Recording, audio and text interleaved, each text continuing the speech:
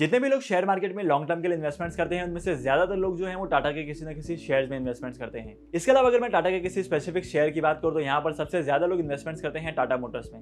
और टाटा मोटर्स के शेयर्स में हर कोई इन्वेस्टमेंट इसलिए करना चाहता है क्योंकि टाटा एक रेपुटेड कंपनी है और इसके साथ साथ अगर मैं टाटा मोटर्स की ग्रोथ की बात करूं तो 6 मंथ्स के अंदर अंदर टाटा मोटर्स के शेयर्स ने काफी अच्छे रिटर्न दिए हैं। लेकिन इस वक्त टाटा मोटर्स के शेयर्स में इन्वेस्टमेंट्स करना वर्थ होगा या नहीं होगा, ये ज्यादातर इन्वेस्टर्स का सबसे बड़ा सवाल है। क्योंकि अगर मैं पिछले 6 महीने की बात करूं तो पिछले 6 महीने में टाटा मोटर्स के शेयर्स ने अपने इन्वेस्टर्स को काफी अच्छे रिटर्न दिए हैं और इसके अलावा यहाँ पर टाटा मोटर्स का शेयर जो है वो 6 महीने में सबसे ज्यादा प्राइसेस पर आया है। नमस्कार, मेरा नाम है विमल और मैं एक फाइनेंस प्रोफेशनल हूँ। आज का जो वीडियो है ये काफी ज्यादा इंपॉर्टेंट होने वाला है क्योंकि आज के इस वीडियो में हम लोग एनालाइज करने वाले हैं टाटा मोटर्स के शेयर को। सबसे पहले हम लोग डिस्कस करेंगे कि टाटा मोटर्स का बिजनेस मॉडल क्या है, उसके बाद मैं आपको बताऊंगा कि टाटा मोटर्स की फाइनेंशियल कंडीशंस क्या है और वीडियो के एंड में मैं आपको बताने वाला हूँ कि टाटा मोटर्स के शेयर्स में अभी इन्वेस्टमेंट्स क्यों करना चाहिए और इसके साथ साथ कुछ इनसाइट्स जो हैं वो डिस्कस करेंगे। आज का जो वीडियो है ये काफी ज्यादा इंपॉर्टेंट होने वाला है, तो इस वीडियो को शुरू करने से पहले इस वीडियो को कर देना लाइक, शेयर और अगर आप चैनल पर नए हो तो सबसे पहले आपको करना है चैनल को सब्सक्राइब, क्योंकि इस चैनल पर मैं आपके लिए काफी ज्यादा इंपॉर्टेंट चीजें लेकर आते रहता हूँ फाइनेंस से रिलेटेड, स्टॉक मार्केट से रिलेटेड, तो इस चैनल को सब्सक्राइब करना तो बनता है।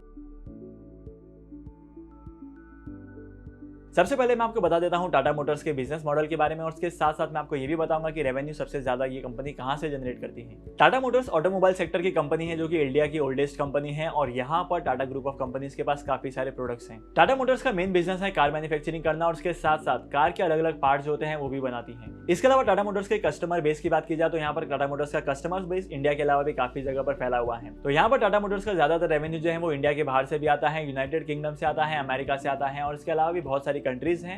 इसके अलावा अगर मैं रीसेंट ट्रेंड की बात करूं तो रीसेंट ट्रेंड में टाटा मोटर्स जो है वो इंडियन गवर्नमेंट को काफी ज्यादा हेल्प करने वाली है और इंडिया की पब्लिक को भी काफी ज्यादा हेल्प करने वाली है क्योंकि टाटा मोटर्स ने इलेक्ट्रॉनिक व्हीकल्स का प्रोडक्शन जो है वो स्टार्ट कर दिया है। और इसके अलावा टाटा मोटर्स के ग्रुप की बहुत सारी कंपनीज ऐसी हैं जो इलेक्ट्रॉनिक व्हीकल्स के सेगमेंट में काम कर रही है।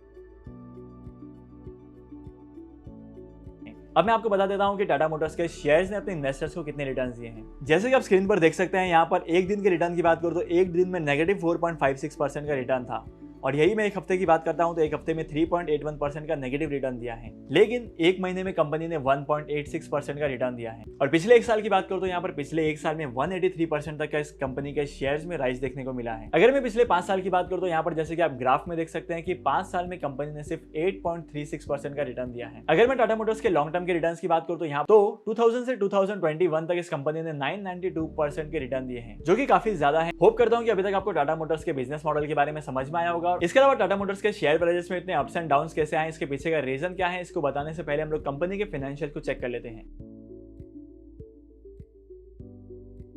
कंपनी के फाइनेंशियल्स में सबसे पहले हम लोग देखेंगे प्रॉफिट एंड लॉस अकाउंट को। जैसे कि स्क्रीन पर आप देख सकते हैं प्रॉफिट एंड लॉस अकाउंट में कंपनी का जो टोटल रेवेन्यू है वो 2018 और 2019 में बढ़ते जा रहा है। लेकिन अगर यहाँ पर 2020 और 2021 के डेटा को देखा जाए तो कंपनी का जो रेवेन्यू है वो स्लाइटली कम हो गया है और इसी का इंपैक्ट पड़ा है कंपनी की इनकम पर। जैसे कि आप स्क्रीन पर देख सकते हैं कंपनी की इनकम 2018 में पॉजिटिव थी लेकिन 2019, 2020 और 2020 में कंपनी की इनकम जो है वो नेगेटिव है। लेकिन यहाँ पर ये तो कह सकते हैं कि 2020 और 2021 में कंपनी का जो लॉस है वो कम होते जा रहा है। फिगर भले ही माइनस में है लेकिन लॉस कम हो रहा है। इसके बाद जैसे कि आप लोग देख रहे हैं स्क्रीन पर कंपनी ने पिछले 4 साल में एक बार भी डिविडेंड पे नहीं किया है। कंपनी के रेवेन्यू और कंपनी की इनकम को देख कर तो कह सकते हैं कि कंपनी की जो ग्रोथ है वो स्लो हो चुकी है। और अगर सिर्फ और सिर्फ पिछले 5 साल की बात की जाए तो कंपनी की ग्रोथ जो है वो उसके पहले वाले टाइम पीरियड से काफी कम ग्रो हुई है इस 5 साल में। इसका सेकंड रीजन यहाँ पर ये हो सकता है कि कंपनी का मार्केट शेयर भी धीरे धीरे कम होता गया। कोविड-19 पैंडेमिक का असर मार्केट पर बहुत ज्यादा पड़ा था और यहाँ पर टाटा ग्रुप ऑफ कंपनीज में टाटा मोटर्स की कंपनी पर सबसे ज्यादा इफेक्ट पड़ा था। तो यहाँ पर कंपनी का मार्केट शेयर भी कम होते गया है और कंपनी का पहले मार्केट शेयर था 66%। लेकिन अगर मैं रिसेंट डेज की बात करूं तो कंपनी का मार्केट शेयर पहुंच चुका है 39% पर। इस कंपनी के रेवेन्यू के कम होने के 2 रीजन यही हैं।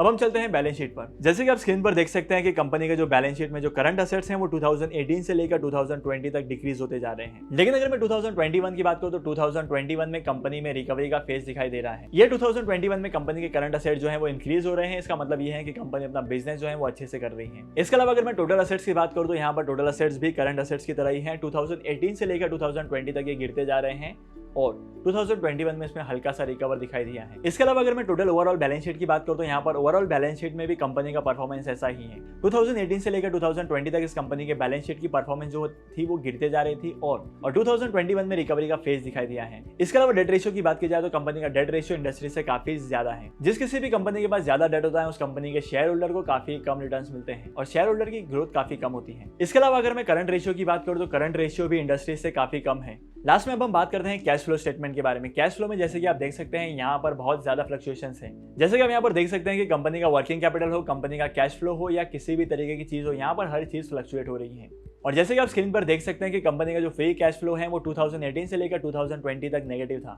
लेकिन जैसे कि मैंने आपको प्रॉफिट एंड लॉस अकाउंट और बैलेंस शीट में बताया है कि कंपनी जो है 2021 में अपने प्रॉफिट्स को रिकवर कर रही है या अपने जितने भी लॉस हुए हैं उसको रिकवर कर रही है। तो यहाँ पर 2021 में फ्री कैश फ्लो भी पॉजिटिव है। अब टाटा मोटर्स को कंपेयर करेंगे इसके पीयर कंपनीज के साथ। जैसे कि आप स्क्रीन पर देख सकते हैं कि इस कंपनी की वैल्यू जो है वो बाकी सारी कंपनी से काफी कम है। और यहाँ पर सेकंड चीज है वोलेटिलिटी। वोलेटिलिटी का मतलब होता है कि कंपनी के शेयर्स को कितना बाय किया गया और कितना सेल किया गया। जैसे कि आप स्क्रीन पर देख सकते हैं कि कंपनी के शेयर्स में एक एवरेज वोलेटिलिटी मेंटेन्ड है। अब मैं आपको ये भी बता देता हूं कि कंपनी की शेयर होल्डिंग्स कितनी है। जैसे कि आप स्क्रीन पर देख सकते हैं प्रमोटर्स के पास कंपनी के 46% शेयर्स हैं। और इसके अलावा अगर फॉरेन इंस्टीट्यूशनल इन्वेस्टर्स की बात की जाए तो फॉरेन इंस्टीट्यूशन ने 13% का इन्वेस्टमेंट किया है। इसके अलावा म्यूचुअल फंड ने 6.50% का इन्वेस्टमेंट किया है और बाकी के बचे 26% इन्वेस्टमेंट किए हैं रिटेल इन्वेस्टर्स ने। जब किसी भी कंपनी के प्रमोटर्स के पास सबसे ज्यादा शेयर होल्डिंग्स होती है, सबसे ज्यादा शेयर प्रमोटर्स के पास होते हैं, तो यहाँ पर कंपनी को काफी ज्यादा बेनिफिट होता है, कंपनी के ट्रांजैक्शंस को काफी ज्यादा बेनिफिट होता है। टाटा मोटर्स की शेयर्स अपने ऑल टाइम हाई के आसपास पहुंच चुकी हैं और यहाँ पर लोगों को डाउट है कि यहाँ पर इन्वेस्टमेंट्स करना अब भी सेफ ऑप्शन होगा या नहीं होगा। तो मैं आपके साथ कुछ ऐसे रीजंस भी शेयर कर देता हूँ कि जिसकी वजह से आपको ये आइडिया लग जाएगा कि शेयर में इन्वेस्टमेंट्स क्यों करना है।